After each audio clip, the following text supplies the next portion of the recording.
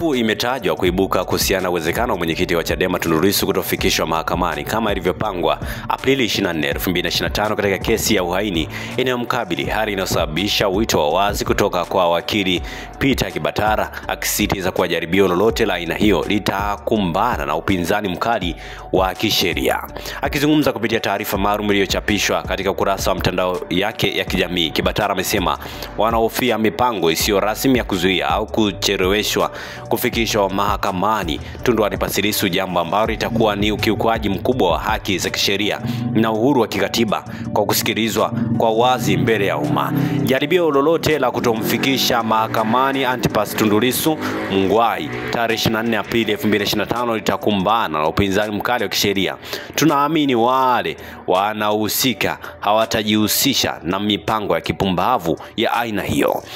Katika hatua ya kuhakikisha uwazi wa mchakato wa kisheria, Kibatara amesema kuwa Aprili 22, 2025 ataandika rasmi kwa mabalozi wa kundi la kidiplomasia nchini Tanzania kualika maafisa hao kuhudhuria mahakamani na kushuhudia mwenendo wa kesi hiyo. Kesi hii ina athari za kitaifa na kimataifa. Tunahitaji uwazi wa hali ya juu.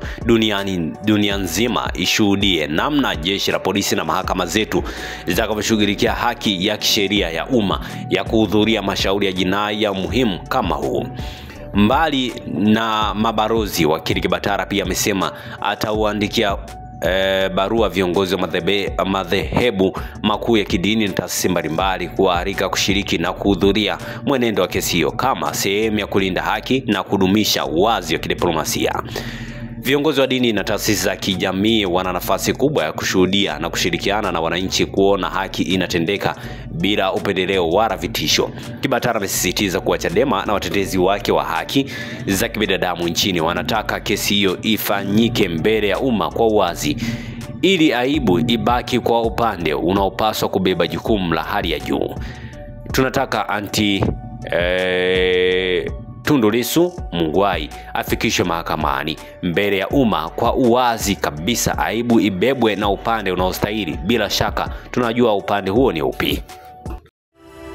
Asante kwa kuifuatilia Baharia TV.